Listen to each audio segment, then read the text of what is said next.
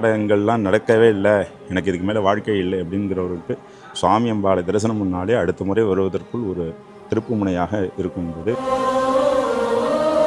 பார்வதி அம்மன் மயிலாக மாறி சிவபெருமான்கிட்ட சாப விமர்சனம் தீர்த்த கோவில் தான் இக்கோவில். அது மட்டும்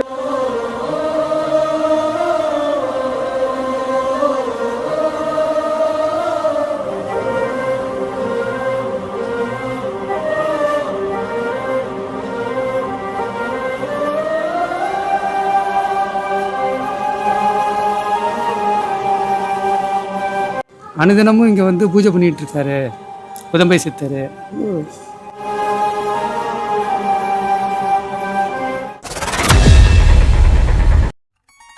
ஆன்மீக நண்பர்களுக்கு வணக்கம்.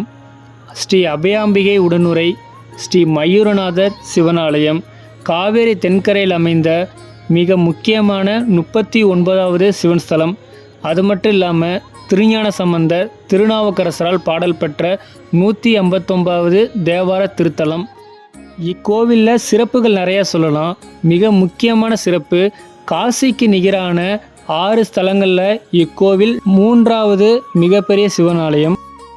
இந்த கோயில் வரலாற்றை விளக்குற மிக முக்கியமான கல்வெட்டு சிற்பம் பார்வதி அம்மன் மயிலாக மாறி சிவபெருமானுக்கு அபிஷேகம் செய்யும் காட்சி தான் நீங்கள் பார்க்குறது. அது மட்டும் இல்லாமல் இந்த கோவில் உள்ள ஒவ்வொரு சிற்பங்களுக்கும் ஒவ்வொரு கல்வெட்டுக்கும் நிறைய வரலாறும் இருக்குது, தனித்துவமும் இருக்குது. இந்த வீடியோவை நீங்கள் ஸ்கிப் பண்ணாமல் பார்த்தா அந்த வரலாறு ஒவ்வொன்றும் உங்களுக்கு பார்க்குறதுக்கும் கேட்குறதுக்கும் அவ்வளோ அற்புதமாக இருக்கும்.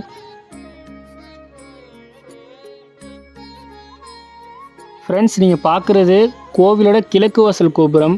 194 அடி உயரம், மிக பிரம்மாண்டமாக இருக்குங்க பார்க்குறதுக்கே. அப்படியே பக்கத்தில் பார்த்தீங்கன்னா பசுமாட்டு தொழுவம்.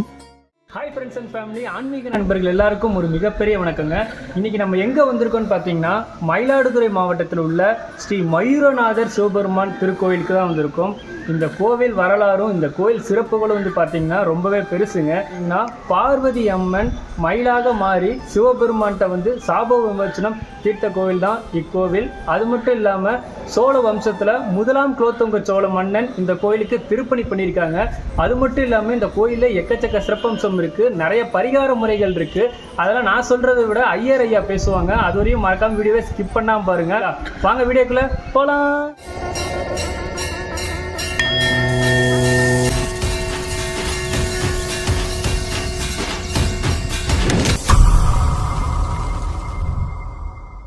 ஹர நம பார்வதி பததே ஹர மகாதேவா. தென்னாடுடைய சிவனே போற்றி, இந்நாட்டவர்க்கும் விரிவா போற்றி. எல்லாம் வல்ல உமையூர்பாகனின் திருவருள் துணை நிற்க ஸ்ரீ அபயாம்பிகை உடனுரை கௌரி மயூரநாத பெருமானுடைய ஆலயத்தில் மயூரம் என்று சொல்லக்கூடிய மயிலாடுதுறை க்ஷேத்திரம். இந்த க்ஷேத்திரம் 1200 வருடங்களுக்கு முற்பட்ட க்ஷேத்திரமாக விளங்குகின்றது. திலீப சக்கரவர்த்தியினுடைய காலத்திலே திருப்பணிகள் எல்லாம் சேவிக்கப்பட்டது. அதனைத் தொடர்ந்து ஒரு 200 வருடங்களுக்கு முன்பாக தேவக்கோட்டை செட்டியார் அவர்களுடைய திருப்பணியாகவும் மண்டபங்கள் எல்லாம் கட்டப்பட்டன. இந்த ஆலயம் காசிக்கு நிகரான க்ஷேத்திரம். திருவையாறு, திருடமருதூர், ஸ்ரீவாஞ்சியம், திருவெண்காடு, வேதாரண்யம், மயிலாடுதுறை என்று சொல்லக்கூடிய இந்த 6 க்ஷேத்திரங்களும் காசிக்கு நிகரான க்ஷேத்திரங்கள். இந்த 6 க்ஷேத்திரங்களை தரிசனம் செய்தாலே நாம் காசிக்கு சென்ற பலனை பரிபூர்ணமாக இறைவன் அனுகிரகம் செய்கின்றார். ஒருமுறை கண்வ மகரிஷியிடம் கங்காதி புண்ணிய தீர்த்தங்கள் எல்லாம் அனைத்து மக்களும் தங்களுடைய பாவங்களை போக்கிக் கொள்வதற்காக கடைசி காலத்தில் எங்களை ஸ்நானம் செய்து அவர்கள் பாவங்களை எல்லாம் போக்கிக் கொள்கின்றார்கள். எங்களுடைய பாவங்களை எங்கு சென்று போக்குவது என்று கேட்கும் பொழுது தட்சிண காசியாக இருக்கக்கூடிய மயூர க்ஷேத்திரத்திலே தரிசித்து இறைவனுடைய அனுகிரகத்தோடு பாவங்களை போக்கிக் கொள்ளுமாறு சொல்கின்றார். அதன் பொருட்டு ஐப்பசி மாதம் என்று சொல்லக்கூடிய துலா மாதத்திலே அனைத்து கங்காதி புண்ணிய தீர்த்தங்களும் இந்த காவிரியிலே சங்கமமாகின்றன.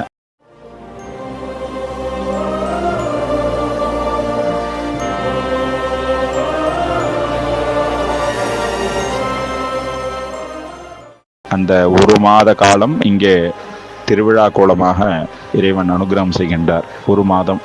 ஐப்பசி 1ஆம் தேதியிலிருந்து ஐப்பசி 30ஆம் தேதி தீர்த்தவாரி வெகு விமர்சையாக கும்பமேளா போன்று அற்புதமாக நடைபெறுகின்றது. இந்த க்ஷேத்திரத்திலே காவிரியின் நடுப்பகுதியிலே ரிஷப தீர்த்தமாக இருந்து அனுகிரகம் செய்கின்றார். அதே போன்று இந்த க்ஷேத்திரம் மூர்த்தி தீர்த்தம் க்ஷேத்திரம் மூன்றுமே விசேஷமானது. அந்த தீர்த்தம் அக்னி தீர்த்தமாக அனுகிரகம் செய்கின்றது. ஆலயத்திலே முதலிலே அந்த தீர்த்தத்திலே நடராஜ பெருமான் தீர்த்தம் கொடுத்ததற்கு அப்புறம் பஞ்சமூர்த்திகளாக தீர்த்தவாரி நடைபெறுகின்றது. இந்த ஆலயத்திலே ஐப்பசி 1ஆம் தேதி மாதப்பிறப்பு தீர்த்தவாரி, ஐப்பசி அமாவாசை தீர்த்தவாரி, அதனைத் தொடர்ந்து கடைசியாக ஐப்பசி 30ஆம் தேதி தீர்த்தவாரி. இது வருடா வருடம் சிறப்பாக நடைபெறுகிறது. அதே போன்று வசந்தோத்சவமாக வைகாசி மாத உற்சவம் நடைபெறுகின்றது. அந்த வசந்தோற்சவத்திலே வள்ளி தேவசேனாஸ்மி சுப்பிரமணியேஸ்வர பெருமானுக்கு திருக்கல்யாணமும், ஐப்பசி மாதத்திலே அபயாம்பிகையுடைய கௌரி மயூரநாத பெருமானுக்கு திருக்கல்யாணமும் சிறப்பாக கோலாகலமாக 5 கொடிகள் ஏற்றி அற்புதமான முறையில் நடைபெறுகின்றது. இந்த ஆலயம் அபயாம்பிகை கௌரி மயூரநாத பெருமான் ஆலயம் திருவாவடுதுறை ஆதீனத்திற்கும் வள்ளி தேவசேனாஸ்மி சுப்பிரமணியேஸ்வர குமரக்கட்டளை என்று சொல்லக்கூடிய ஆலயமானது தருமபுர ஆதீனத்திற்கும் சொந்தமாக இந்த 2 மடங்களும் அற்புதமான முறையிலே இந்த ஆலயத்தை பரிபாலனம் செய்து 6 கால பூஜைகள் எந்த ஒரு குறையும் என்று அற்புதமாக நடைபெற்றுக் கொண்டிருக்கின்றது. இந்த க்ஷேத்திரத்தை தரிசனம் செய்தாலே நமது பாபங்கள் எல்லாம் அனைத்தும் விலகுகின்றன என்று ஐதீகம். அதே போன்று ஊரை சுற்றி 4 வள்ளல்கள் இருக்கார். துறைக்காட்டு வள்ளல், வழிகாட்டு வள்ளல், நெறிக்காட்டு வள்ளல், முறைக்காட்டு வள்ளல்னு. வள்ளல்கெல்லாம் வள்ளலார் சுவாமி இருக்கார். வள்ளல் மாமகிலாடுதுறை என்று திருஞான சம்பந்தரால் பாடப்பட்ட க்ஷேத்திரம். இந்த க்ஷேத்திரத்தில் சுவாமியை நாம் தரிசித்தாலே எல்லா விதமான தோஷங்களும் நிவர்த்தி செய்தால் மாத்திரமே இந்த க்ஷேத்திரத்தை தரிசனம் செய்ய முடியும். அப்பேற்பட்ட உன்னதமான க்ஷேத்திரம். அதனால்தான் 1000 ஆனாலும் மாயூரம் போல் ஆகாது என்பார்கள். அப்பேற்பட்ட க்ஷேத்திரம். இந்த க்ஷேத்திரத்தை சுவாமியை நாம் தரிசித்தாலே நமக்கு என்ன வேண்டுமோ அதை பலவிதமான முறைகளே பல மடங்கு அனுகிரகம் செய்கின்றார் சுவாமி. ஏன்னா வள்ளலுக்கெல்லாம் வள்ளல் இல்லையா, மா என்றால் பெரிது என்ற அர்த்தம். வள்ளல் மயிலாடுதுறை என்று திருஞானசம்பந்தர் பாடப்பட்ட க்ஷேத்திரம் இது. அம்பாள் பேர் அபயாம்பிகை. அபயம் எல்லா சுவாமிக்கும் அபயகரம் இருக்கும். அம்பாள் பேர் அபயாம்பிகைங்கிறதுனால கேட்டதை கேட்ட மாத்திரத்திலே அனுகிரகம் செய்யக்கூடியவள். அம்பாளுடைய பீடம் வராக பீடம். அம்பாளுக்கு பீடம் கிடையாது. அம்பாள் பக்தர்கள் கேட்ட உடனே அனுகிரகம் செய்ய வேண்டும் என்பதற்காக பீடம் இல்லாமல் அடுத்த க்ஷணமே அனுகிரகம் செய்ய காலை எடுத்து வந்து அனுகிரகம் பண்ணக்கூடிய க்ஷேத்திரம். இந்த க்ஷேத்திரத்தில் திருமணமாகாதவர்கள் அம்பிகையினுடைய ஆலயத்தையும் சுவாமியினுடைய ஆலயத்தையும் ஒரு முறை வலம் வந்து அபயாம்பிகை ஆலயத்தை 48 தினங்கள் 48 நாட்கள் வலம் வந்தால் எந்த காரியங்கள் மனதில் நினைக்கின்றோமோ, திருமணம், வேலை வாய்ப்பு, கடன் பிரச்சனை, வீடு கட்ட வேண்டும் என்ற எண்ணம், குழந்தை பாக்கியம் அனைத்தையும் அம்பாள் பரிபூர்ணமாக பிரத்யட்சமாக அனுகிரகம் செய்கின்றார். அதே போன்று குமரக்கட்டளை வள்ளி தேவசேனா பிரம்மணீஸ்வரருக்கு ஷஷ்டி தினத்திலே காப்பு கட்டி கொண்டு விரதம் இருப்பவர்களுக்கு அந்த ஷஷ்டி அடுத்த ஷஷ்டி வருவதற்குள் குழந்தை பேர் எப்பேற்பட்ட விதமான குழந்தை பாக்கியம் இல்லாதவர்களுக்கும் குழந்தை அனுகிரகம் செய்கின்றார் அந்த முருகப்பெருமான். சுவாமியினுடைய இந்த க்ஷேத்திரத்திலே சுவாமியினுடைய வலதுபுறத்திலே பிராகாரத்தில் அகஸ்தியர் பூஜை செய்த பிடித்து வைத்தார் பிள்ளையார் என்று நாம் இந்து மதத்திலே வழிபடுகின்றோமே, அந்த பிள்ளையார் உருவான க்ஷேத்திரம் இந்த க்ஷேத்திரம் தான். அதனால் எந்த ஒரு காரியங்கள் தொடங்குவதாக இருந்தாலும் விநாயகரை வழிபட்டு பூஜைகள் செய்து வழிபட்டாலே அனைத்து காரியங்களும் நடைபெறும். அந்த விநாயகர் பெருமானுடைய ஆதார பீடத்திலே தான் 18 சித்தர்கள் ஒரு சித்தரான குதும்பை சித்தர் சாயுஜ்ய பதவி அடைந்த காட்சி அனுகிரகம் செய்கின்றார் சுவாமி. இந்த சித்தர் விசாக நட்சத்திரத்திற்கும் மயூரநாத பெருமான் தனுர்ராசிக்கு அதிபதியாகவும் மூலா நட்சத்திரக்கு அதிபதியாகவும் இருக்கின்றார். இந்த க்ஷேத்திரத்தினுடைய மரம் மாமரம் பூரட்டாதி நட்சத்திரத்துக்கு அதிபதியாக விளங்குகின்றது. இந்த ஆலயத்தில் நாம் என்ன வேண்டும் என்று பிரார்த்தனை செய்கின்றோமோ அதை உடனே கொடுக்கக்கூடியவர். அதனால தான் வள்ளலாக இருக்கிறதுனால சுவாமியை வழிபடுறதுனால வியாபாரத்தில் உள்ள அனைத்து அன்பர்களும் இங்கே வழிபடுவதனால் வியாபாரம் உன்னதமாக அடுத்த முறை வருவதற்குள் வியாபாரம் பல மடங்கு பெருகி லாபகரமாக இருக்கும். அப்பேற்பட்ட இந்த க்ஷேத்திரம் நவகிரகம் ஆகம சாஸ்திரப்படி சிவபூஜை தத்துவத்தில் நவகிரகங்கள் இருக்கும். அதே போன்று சனீஸ்வர பகவான் வடக்கு பாகம் உத்தரபாகமாக அமர்ந்து சிவபூஜை செய்யும் கோலம் எங்கும் காண முடியாத அற்புதமான க்ஷேத்திரம்.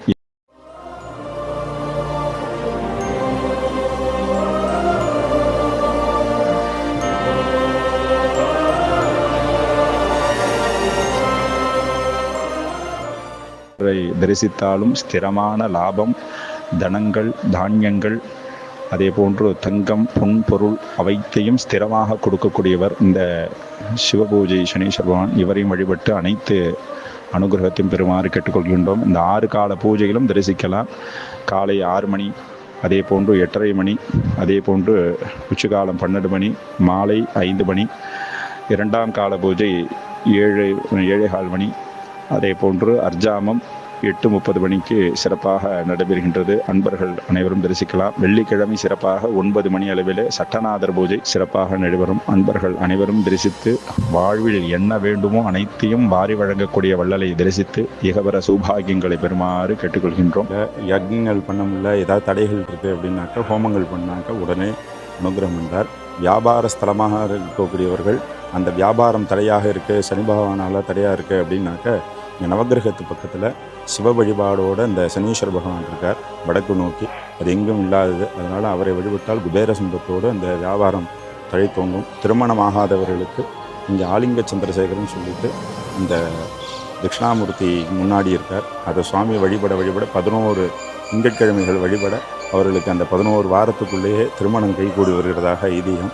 இதே போல் பலவிதமான சங்கடங்கள், மன கஷ்டங்கள் எல்லாத்துக்கும் நிவர்த்தி ஸ்தலமாக இந்த மயூரக்ஷேத்திரம் விளங்குகின்றது.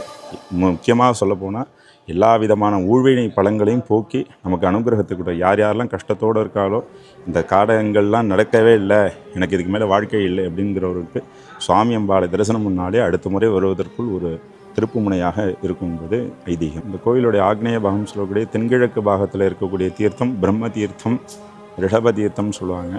இந்த தீர்த்தத்தில் தான் காலம்பரை ஃபஸ்ட்டு நடராஜர் தீர்த்தம் கொடுத்து அதற்கப்புறம் ஐப்பசி 30ஆம் தேதி கடைசி தீர்த்தவாரியாக இங்கே காவேரி கரையில் தீர்த்தம் கொடுக்குறார்.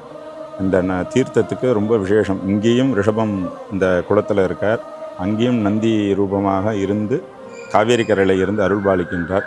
இந்த சிறப்பு வேறு எங்கேயும் கிடைக்காது. அதே போல் காசியில் இருப்பது போல் துண்டி விநாயகரும் பைரவரும் அந்த காவேரி கரையில் இருக்காங்க. அதனால தான் 1000 ஆனாலும் 1000 ஆகாது, காசிக்கு நிகரான க்ஷேத்திரம் அப்படின்னு சொல்கிறதுக்கு காரணம். இந்த தலவிருட்சம் மாமரம். இதில் தான் சுயரூபமாக சுவாமி இருந்து அனுகிரகம் பண்ணார். சுயம்பு மூர்த்தி. ஆமாம், ஆகம முறைப்படி பலவிதமான கோயில்கள் இருக்குது.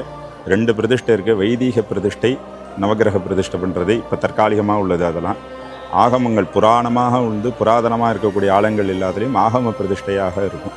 அது சுவாமி சூரியனை பார்க்க இந்த நவகிரகங்கள்லாம் இருக்கிறதாக இருக்கும். இது ஆகம பிரதிஷ்டை அப்படின்னு பேர் இருக்குது. இந்த சுவாமி ஒரு சில கோயில்களில் மட்டும்தான் இருக்கும். புராதனமாக கொடி மரத்தோடு இருக்குது. இந்த ஆலயத்தில் உற்சவ காலங்களில் 5 கொடிமரங்கள் வைத்து பூஜைகள் நடைபெறும். வேறு எங்கேயும் இருக்காது. பாக்கி எல்லாத்தையும் ஒரு கொடிமரம் தான் இருக்கும். இங்கே மாத்திரம்தான் அதே போல் இந்த கொடிமரம் இருந்து அருள் பாலிக்கிறார் சுவாமி. இது திலீப சக்கரவர்த்தின்னு சொல்லிட்டு ராமருடைய தாத்தா காலத்தில் கட்டது. தாபர யுகத்தில் உருவான கோயில் இது. கலியுகத்துக்கு முன்னாடி உள்ள யுகத்தில் உருவானது. 1200 வருடங்களுக்கு முற்பட்டதாக சொல்லப்படுகிறது. அதுக்குபடி இந்த திருப்பணியெல்லாம் செட்டியார்கள், நகரத்தார் தேவகோட்டை செட்டியார்கள் அவர்கள் திருப்பணி பண்ணி இந்த கோயிலை நிர்மாணம் பண்ணிகிட்ருக்காங்க. அந்த நிர்வாகத்தில் இருக்கிறது இப்போ திருவாவடுதுறை ஆதீனம், தருமபுர ஆதீனங்கள் பரிபாலனை சிறப்பான பூஜைகள்லாம் நடைபெற்று கொண்டிருக்கின்றது. இந்த சுவாமி சுயரூபமாக இருந்து மாமரத்து கீழே இருக்கும்போது அந்த தக்ஷன் யாகத்தினால மயிலாக மாறின அம்பாள் பூஜை பண்ணி சுவாமியும் மனம் மகிழ்ந்து கௌரி தாண்டவம் காட்சி கொடுக்குறார். மயிலாக மாறி ஆடினதுனால தான் சுவாமி மயிலாக மாறுறார். எல்லா ஊர்லேயும் சுவாமி ஸ்ரீன்னு போட்டு அந்த சுவாமி பேர் இருக்கும். இங்கே கௌரி மயூரநாதர்னு அம்பாளையும் சேர்த்துருக்கும். அதனால் கணவன் மனைவிகள் தம்பதிகள் ஏதோ ஒரு ஒற்றுமை இல்லைன்னாலும் வழிபட்டால் சீக்கிரமாக இந்த ஒற்றுமை கிடைக்கும் அப்படிங்கிறது ஐதீகம். கோவில் காலம்பர உஷகால பூஜை 6 மணிலேருந்து 7 மணிக்குள்ளே, அடுத்தது 8:30லேருந்து 9:30க்குள்ளே காலசந்தி பூஜை, உச்சிகால பூஜை 11:30லேருந்து 12 மணிக்குள்ளே, சாயரிக்ஷை 4:30லேருந்து 5:30 மணிக்குள்ளே, அதே போல் 2ஆம் கால பூஜை 7:15லேருந்து 7:45க்குள்ளே 2ஆம் கால பூஜை, அர்ஜாமும் 8:15லேருந்து 9 மணிக்குள்ளே நடக்கும். இந்த கோவில் 6 கால பூஜை. சுவாமி 6 காலத்துலேயும் எப்போ வேணாலும் நம்ம வழிபடலாம். விசேஷமாக ஸ்படிகலிங்க அபிஷேகங்கிறது காலசந்தி பூஜையில் 8:30 மணிக்கு நடக்கும். ஸ்னபனம் வச்சு டெய்லியும் நித்திய ஸ்னபனத்தோடு சுவாமிக்கு நடக்கிறது. சுந்தர மயூரநாதர்னு பேர். அவருக்கு வழிபாடு பண்ணணும்னு நினைக்கிறவங்க அந்த 8:30 மணி பூஜையில் கலந்துக்கிட்டால் எல்லா விதமான அனுகிரகம் கிடைக்கும். என்னுடைய மொபைல் நம்பர் 9964995566. இந்த நம்பர். கணபதி சுப்பிரமணிய சிவாச்சார அபயாம்பை சமேத கௌரி மயூரநாதர் ஆலயம், மயிலாடுதுறை. புராணத்தில் இருக்கிற தகவல் தான். சித்தர் அனுதினமும் இங்கே பூஜை பண்ணிகிட்டு இருக்காரு. குதம்பை சித்தர் நம்பிக்கை. அவரோட எதையும் எடுத்து பார்த்துருக்காங்க. 40-50 வருஷத்துக்கு முன்னாடி கும்பாபிஷேகத்தப்ப அது தண்டம் கமண்டலம் எல்லாமே கீழே இருந்தது. அதனால் அதை ஒன்றும் பண்ணல, அப்படியே வச்சுட்டு நித்தவுமே அவர் வந்து மாயரநாதரை பூஜை பண்ணிகிட்ருக்காரு. அதே மாதிரி 300-200 வருஷத்துக்கு முன்னாடி கிருஷ்ணசாமி ஐயர்னு ஒருத்தர் வாழ்ந்தார். அவர் சின்ன வயசுலேருந்தே அம்பாளுடைய அனுகிரகத்தோடு இருந்து அபயாம்பா சதகம்னு 100 பாட்டு இன்றைக்கும் சுற்றி இருக்கும், அம்பாளை சுற்றி வச்சுருப்பாங்க. அந்த பாட்டை பாடினதோடு இல்லாமல் தினமுமே அம்பாள் அவருக்கு விளக்கு பிடிச்சிட்டு போனாங்க வீட்டுக்கு போகிற வரைக்கும். அவர் ஒரு சாயரட்சியில் தான் வந்து முக்தி அடைஞ்சார் அம்பாள் சன்னதியில் அப்படின்னு ஒரு நம்பிக்கை.